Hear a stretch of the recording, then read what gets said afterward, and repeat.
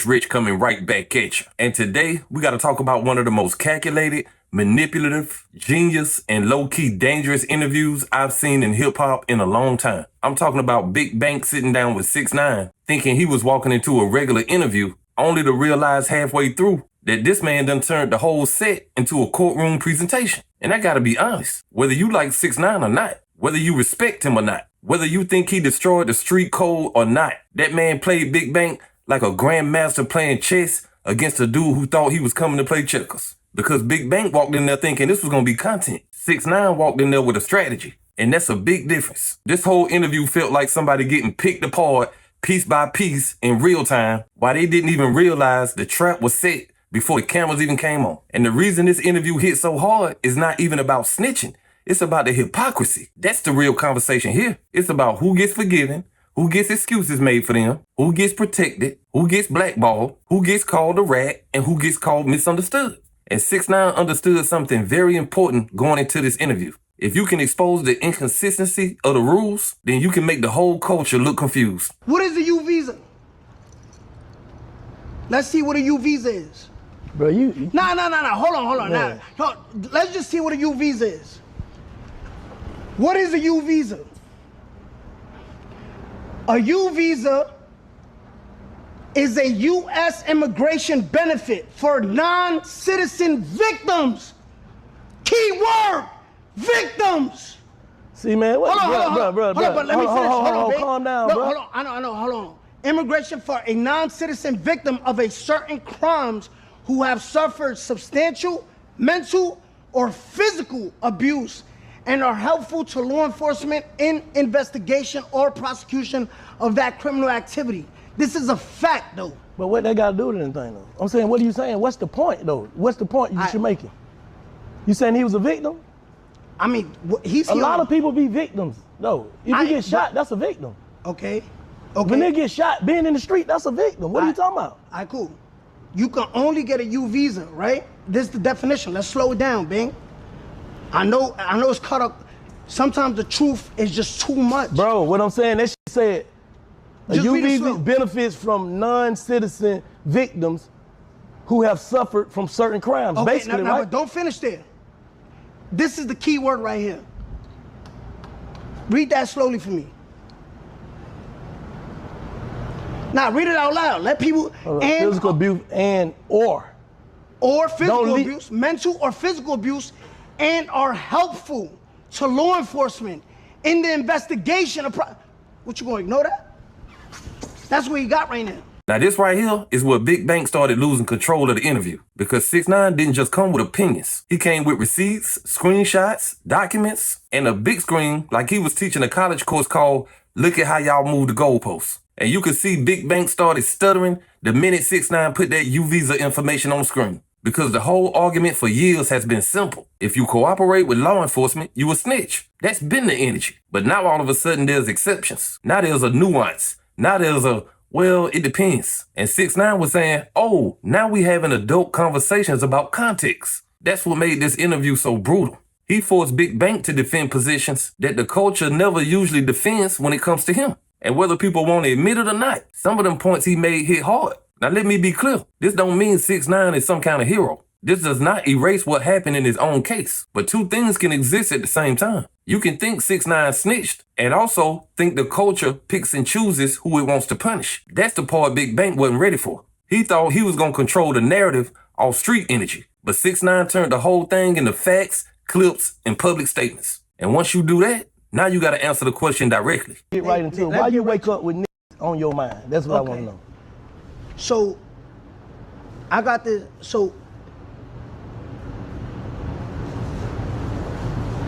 when I wake up, right? I don't wake up with niggas on my mind. I wake up me responding to niggas, right?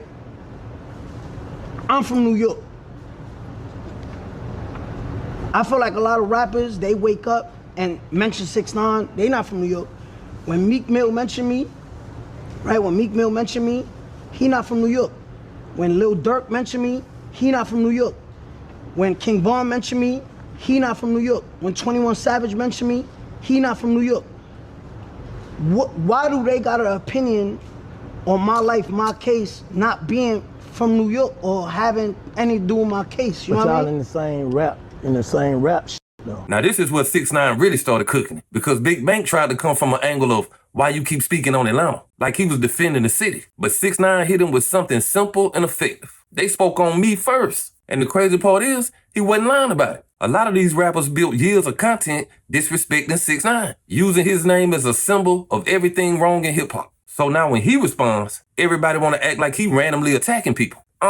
He basically said, y'all been using me as content for years. So don't act surprised that I'm using y'all. And you could see Big Bank start backpedaling. Every time he thought he had a point, 6ix9ine had another clip, another screenshot, another receipt, another public quote. And that's why I keep saying, Big Bank did not know what type of interview he walked into. This wasn't a conversation. This was a setup, a brilliant setup. And the most genius part of this whole thing is when he exposed that he paid Big Bank to interview him. This is how I feed my family, right? This is how I feed my family. So it's work. This work, but it feels fun.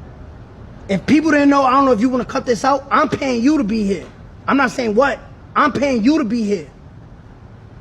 Correct. You know what I mean? So, this is my job. What you want me to be like? Like these on your podcast?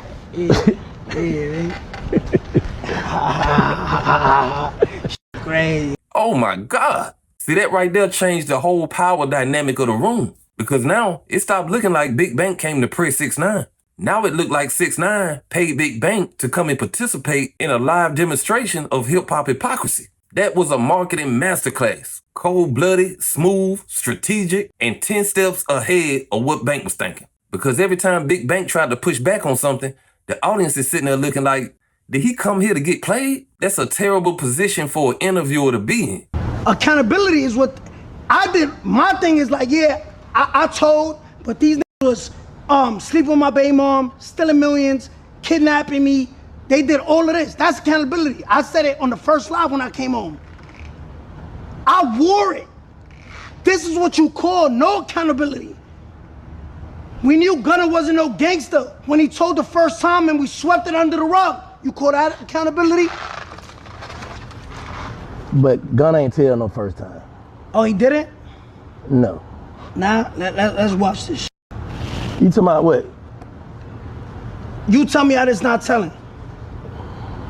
The night Jasmine wasn't shot. It was just a coincidence. Red. The night Kitchens claims Ben and Carter were both wearing red. The night Jasmine wasn't shot. It was just a coincidence of how it was put out. Like, they actually had on the same exact color. Okay. He just had on the hood and D.O.D. had on regular shirts.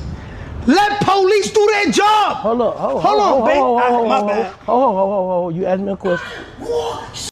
Bro, you can stop hitting that bullshit, bro. That shit, you just walked that thing down, bro. You just showed the video. Babe. Hold up. You said Gunna didn't tell the first. That's telling. You said that's telling? All right.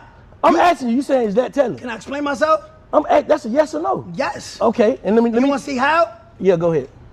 You police? Why you painting a picture for it? It's the streets. What'd he say? He said somebody's name? The same exact color. I'm asking a question. He just had on the hood. I ain't defending the name. I'm asking you a question. Yo, hold on. Just listen. Ben and Carter were both wearing That red. nigga some bullshit. Look, hear the names. No, he said my cousin. That's his cousin name. Hold on. Red. The night Kitchens claims Ben and Carter were both wearing red. Ben and Carter were both wearing red. No, that ain't what he said. The night Jasmine wasn't shot. Hold on. Let me see. That what he said? The night Kitchens claims Ben and Carter were both weering red. The night Jasmine wasn't shot. Let me hear it again. You want to hear it He again? said what? The Slow police it said down. it. Gunna ain't say that. Oh, man. Yo, I love that Did you Gunna say watching that? this in real time. I'm Hear just it. asking a question, Listen. my nigga. I'm not here to defend no nigga, bro. Whoever wrong, they wrong. Did he say that though? A coincidence of how it was put out. Like, they actually had on the same exact color. He just had on the hood and D.O.D. had on regular shirts. Kitchens believe that mistaken identity played a big role in this case. And he read that Kitchens claims Ben and So Carter. he over here doing police work. This right here was a kill shot, because when 6ix9ine started pointing out that even 21 Savage basically acknowledged what people been saying about Gunna, it put Big Bank in a position where he had to start creating exceptions to the rules that were supposed to be absolute. And once you start doing that, the whole street code starts falling apart publicly. That's why this interview was bigger than just two people talking. This was really about hip hop looking into a mirror. And the reflection ain't looking too good right now. Because for years, the culture has been built around this notion of no snitching. But the reality is people only apply that rule when they don't like you personally. That's what 6ix9ine exposed. He basically said, if everybody getting exceptions, then stop acting like I'm the only person y'all got energy for. And Bank didn't have a clean answer for that. Nobody really does. That's why people got so uncomfortable watching this interview, because it forced people to realize that a lot of this street morality is based on favoritism, politics, friendships, business relationships, and most importantly, who people rock with. It ain't really about principles no more. 6ix9ine is 6ix9ine has a production team. He has a production mind. He's very skilled. He's very tactical in interviews and editing and putting out the good. His team gonna make you sense. Good. He know how to control his narrative. He been trying to sit down with the rap world. He been trying to sit down in the rap world. They been shunning him. They wouldn't let him in. Mexican boy, Mexican boy, Mexican boy. But you gotta think, homie, the Mexican boy came and played to the fullest. Came and played to the fullest. Put on. So check game, right? He grew up with. So he done took on us. Come being real with us. So when he give up he take his lick. He take his lick. He don't run from the shame of telling. He don't run from it. He come out and say, man, I did this. He take his lick like a man.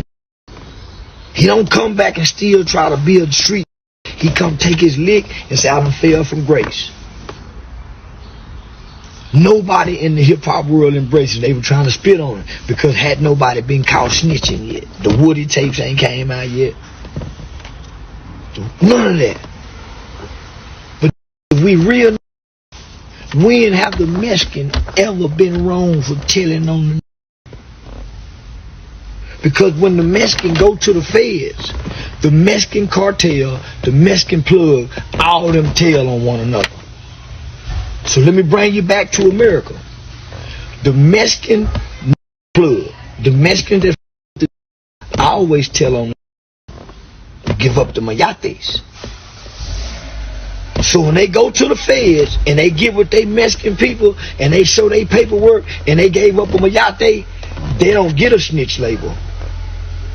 SA don't get a snitch label for giving up the mayate. He didn't give up a vato, Holmes. He didn't give up a vato, Holmes. He gave up the mayates. The mayates was stupid for letting the vato in with the mayates because the vatos don't let the mayates in with them. So So the Mexican been giving up the mayates. So he didn't break no codes in his world. All he ever wanted was to come sit down and let's talk about facts. That's why he keeps saying I walk down facts, because y'all wouldn't never let him bring the facts to y'all media platforms. Or if y'all did, y'all tried to shame him, y'all tried to ridicule, y'all moved the goalposts for other people. So I remember telling Banks a year ago, say, Banks, you either street or you go do journalism. You can't be a journalist media.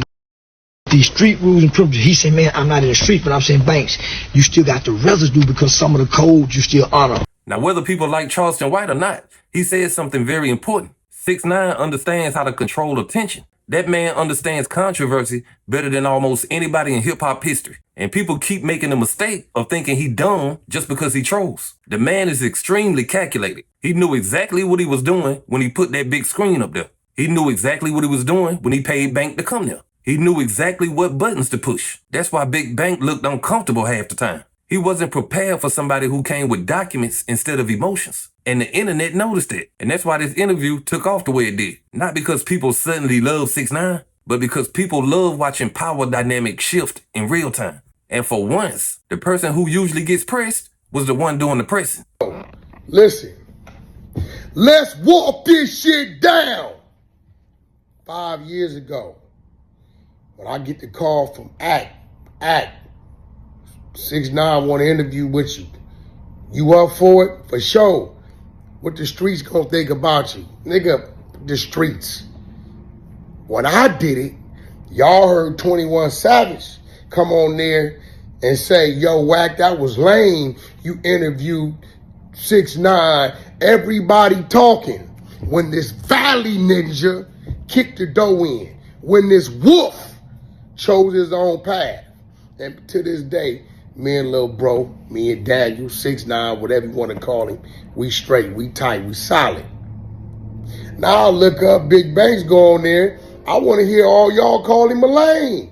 Because there's no reason to talk to 6ix9ine. He ain't did nothing new but continue to grow and flourish in his career. It ain't been no new this or new this. The people still in jail. Mail murder out, ain't said nothing, did nothing, ain't gonna do nothing. Over there trying to figure out where he gonna get his next meal. Listen, man, out there to the kids. What the streets is telling you to do, what you can do, what you can say, what you can't say. You do what you do. In the meantime, go to the App Store, hit nothing but content, go subscribe, and see what's really going on. 6ix9ine, good luck. And for the rest of y'all, the streets is a myth. Troy Ave verse.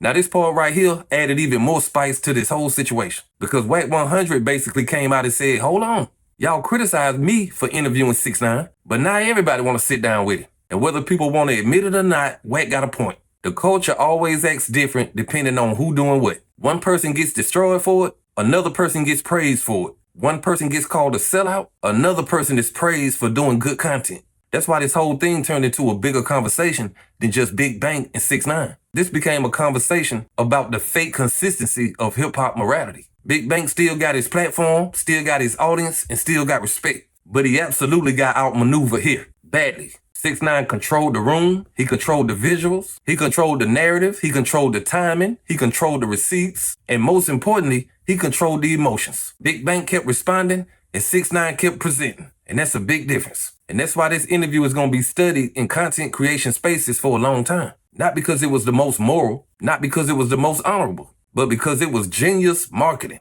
This man took his biggest weaknesses and turned it into a weapon against the culture itself. And the crazy part is, a lot of people walked away from this interview more confused about the street code than they were before they pressed play. Because once you start pulling them threads, the whole sweater starts coming apart. Who makes the rules? Who enforces them? Who gets exceptions? Who gets forgiven? Who gets exiled? That's what this interview really exposed. And Big Bang walked in there thinking he was about to interview 6ix9ine, when in reality, 6ix9ine was interviewing hip-hop itself.